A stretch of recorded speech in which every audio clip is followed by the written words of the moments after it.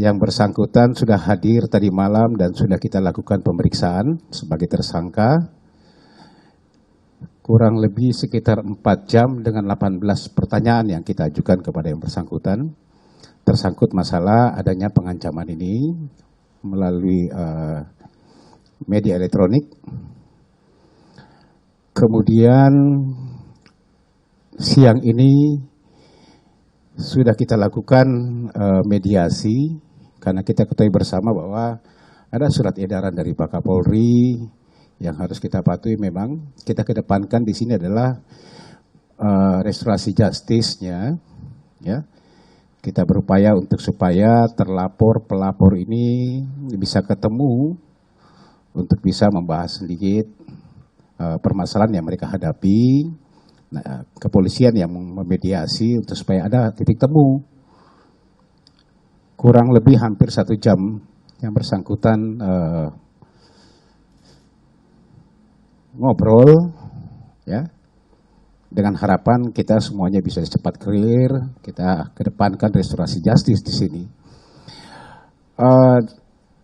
Terlapor Saudara J sudah meminta maaf kepada yang bersangkutan dan pelapor pun Saudara ADG sudah menerima maaf secara pribadi. Apa yang disampaikan oleh Saudara J, ya, sudah mengakui memang betul dia yang melakukan pengancaman melalui media elektronik. Secara pribadi diterima maafnya. Tetapi yang bersangkutan, Saudara ADG juga menyampaikan bahwa minta tetap proses hukum tetap berjalan. Ya, kita sudah berupaya untuk melakukan mediasi. Tetapi saudara pelapor, Saudara ADG juga meminta, walaupun sudah memaafkan secara pribadi, minta supaya proses hukum oleh penyidik ini tetap berjalan sesuai dengan aturan hukum perundang-undangan yang ada. Ya, kami pihak sebagai mediatornya tidak bisa memaksa, itu haknya, silakan. Tetapi di sisi lain kami masih membuka. Kami masih membuka ruang untuk adanya mediasi lanjutan sampai dengan berkas ini sebelum terkirim ke jaksa penuntut umum. Apa tidak lanjut ke depan setelah ini oleh penyidik? Karena belum ada titik temu dari pelapor dan terlapor, berkas ini tetap berjalan dan kami akan melengkapi berkasnya untuk kita sesegera mungkin mengirim ke jaksa penuntut umum. Tetapi ada ruang di sini, saya jelaskan lagi, ada ruang di sini lagi, kami akan berupaya untuk memediasikan lagi sebagai mediator para pelapor dan terlapor. Ya, mudah-mudahan ini bisa berjalan lagi nanti, kita tunggu saja seperti apa. Rekan-rekan sekalian, yang kita bahas di sini adalah tentang melibatkan penegakan hukum Undang-Undang ITE. Walaupun ada juga undang-undang, adapun KUHP-nya. Lalu bagaimana penyelesaiannya yang kaitannya dengan Undang-Undang ITE? Pak Kapolri sudah mengeluarkan surat edaran tentang bagaimana bermedia sosial yang berbudaya yang baik. Di situ salah satunya adalah mengedepankan, salah satunya memuat bahwa dalam hal Undang-Undang ITE dikedepankan penegakan hukum merupakan tindakan yang terakhir sehingga diupayakan upaya mediasi. Lalu pertanyaannya, sampai berapa banyak mediasi atau seberapa sampai kapan mediasi ini dilakukan? Yang pertama, mediasi itu tidak terbatas. Yang kita lakukan hari ini bukan merupakan mediasi yang terakhir. Artinya penyidik memberikan kesempatan kepada para pihak untuk bermediasi. Namun di sisi lain proses penyidikan juga harus berjalan.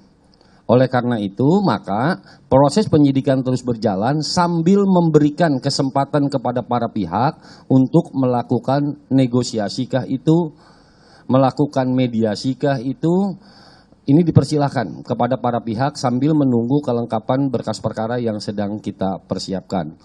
Nah terus yang kedua, pertanyaan yang kedua sekaligus. Apakah proses mediasi yang hari ini tidak tercapai, apakah masih ada hal-hal yang masih mengganjal? Jawabannya iya. Apa faktornya?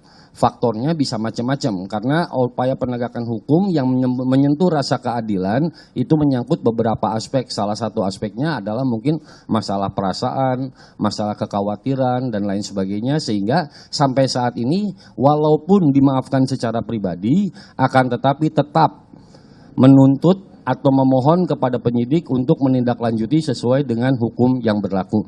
Sehingga kita memainkan dua dasar. Yang pertama adalah dasar undang-undangnya, yang kedua adalah memainkan surat edaran dari Pak Kapolri. Kenapa penyidik melakukan penahanan? Ada dua alasan, pasti rekan-rekan sudah tahu itu. Ada dua alasan penyidik melakukan penahanan. Yang pertama alasan objektif, yang kedua alasan subjektif. Kalau dalam ITE ada lagi alasan yang ketiga. Itu diakomodir juga di dalam surat edaran. Sekarang secara KUHP ada dua alasannya, objektif dan subjektif. Objektif mah jelas lah bahwa pasal yang disangkanya bisa ditahan dan lain sebagainya. 5 tahun ancamannya dan lain sebagainya, saya pikir sudah paham rekan-rekan. Yang kedua alasan subjektifnya untuk dilakukan penahanan atau tidak dilakukan penahanan adalah 3 hal. Yang pertama dikhawatirkan melarikan diri, yang kedua adalah dikhawatirkan berbuat kembali, mengulangi perbuatannya, dan yang ketiga adalah menghilangkan barang bukti. Dari ketiga aspek subjektif ini, penyidik berkesimpulan tidak ditahan.